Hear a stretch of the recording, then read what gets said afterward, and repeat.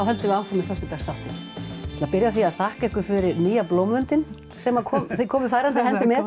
Gaman að skipta út svona í miðjum þætti. En listahópurinn Rösk er komin til mín. Þær eru 4 í hópnum en 3 komast fyrir í sófanum. Bildar hérna á kantinum bara. Velkomnar. Takk fyrir. Þegar þátturinn fyrir loftið þá því miður ykkar opnun búin. Það föstudagur, klukkan 8. En dagurinn hefur væntanlega verið stórkostlegur. Örugglega. Já, segja mér, hvað að fara að gerast í Hrísey? Það er listahátíð. Já, við opnum. í listhópnum Rösk höfum verið í Hrísey bara núna í tæplega mánuð. Vá. Og höfum verið að starfa að list, bæði með okkar eigin listsköpun og svo höfum við verið með listasmiður fyrir gesti og gangandi. Já. Og fleiri en eina? Já, 3 listasmiðjur. Já. Með alls konar verkefnum í og sem hafa bara verið rosalega vinsælar og við hefum fengið alveg brjálæðislega góða þáttöku. En gaman.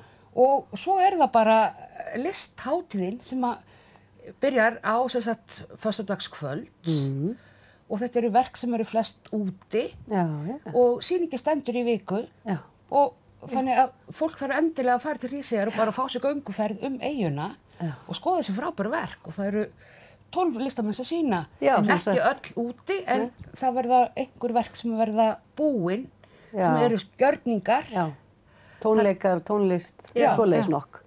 Það var í dag. Já, einmitt. En getið aðeins sagt mig hvað gestir eiga vona á að sjá ef þið rölda einhvern göngutúr? Við erum með marga ólíka listamenn og við erum 12 að okkur meðtöldum, okkur 4. Já.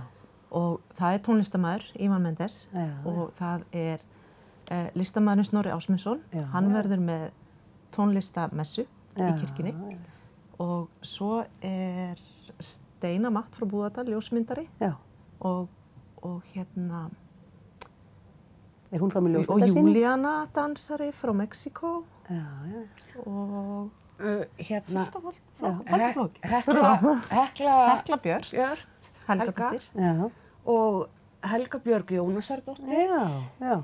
Inga Höskuldardóttir hún kemur allavega frá Reykjavík núna. Og Aðalsteinn Þórsson, ekki gleyma honum. Hann mun flagga sinni list á fánastöng. Já. Þannig að þetta verður mjög fjölbreytt, en við verðum reyndar 13 vegna þess að það bættist við. Það hérna listakona sem er ítölsk, en hún nú reyndar býr í Bandaríkjunum núna. Hún í gamla skóla og hún ætlar að vera með okkur. Hún var einmitt að senda mér skilaboð með að ég var á leiðinni hingað að hún ætlar að sýna nokkur lítil verk. Í gamla skólanum. Eða hún, við erum ekki búin að ákveða staðsetninguna, en hún verður með okkur sem sagt á morgun. Sem frábært, því hún kom bara í eyjuna í gær og bara hitt okkur strax og ég með. Hún Linda, já. Og svo þegar fólk kemur í eyjuna, þá verðum við með staðsetningu á verkunum, þar sem að fólk getur séð hvar verkin eru. Er það bara eitthvað kort sem maður fær? Já, við verðum bara með kort, bæði í ferjunni og á einhverjum auglýsingastöðum. Við náttúrulega byrjum líka í Sæborg, gott að það komi fram. Við vorum svo ofsalega heppnar að leikklúbburinn Krafla lánaði okkur samkomuhús í Sæborg og þar höfum við verið með vinnuaðstöðu, smiðjurnar og þar byrjum við. Þetta í rauninni þessi listahátíð slúttið okkar á öllu verkefninu og þar ætlum við svo að enda gönguna á milli verkana líka. Já, þetta svona hringur sem fólk getur farið þá. Já, og vonandi koma allir eyjabúar og gestir í eyjunni með okkur. En svo það bara það að sýningin stendur bara í viku og það bara svo frábært að gera sér ferð til Hríseyjar, fara í sund og kíkja til Lindu og fá sér fisk og franskar og skoða Hákarlasafnið og bara labba eyjuna. Rölta á milli listaverkana og bara njóta. Þetta er dásamlegur stað. Hvað það löng ganga, þessi listaverkaganga? Það ekki alveg komið í ljós. Það kemur í ljós. Þetta alltaf að gerast. Þetta verk í vinnslu, sem sagt.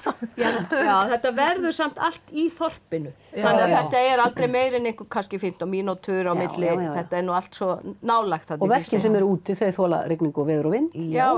Eða þau bara klárast. Og það sem við höfum verið að vinna að sem listhópur, við höfum verið að gera fuglaverk. Allar. Og það svona svolítið hliðaverkefni við listahátíðina en bætist við hana. Hafi vinnusmiðirna líka gengið út af það að búið til fugla? Já, fyrsta smiðjan þá vorum við með fugla og við erum mjög mikið fyrir endurvinnslu og bara skapandi gleði og þetta var bara búið til úr spýtukuppum og svona og málað. Smiðja númer 2, það voru bátar og dráttarvélar. Já. Og þetta voru sko bara alvöru dráttarvélar. Sem að gátu keyrt. Já, sem gátu keyrt. Við vorum náttúrulega búin að græja dekk og allt á þetta. Nei, bara með handafli. Já, og svo þriðja smiðjan, þá voru mandölur og póstkortagerð. Og þá vorum við með frímerkin á staðnum. Já, við endurnýttum gömul póstkort, máluðum yfir og allir gerðu sitt eigið. Og fór svo með í póstkassan í Hrísey. Póstkort er að verða svolítið sjaldgæft. Já, þetta er bara alveg að detta út. Þetta er sama og með skeytin, þetta er algjör synd að við skulum ekki nýta þetta meir. Já, algjörlega.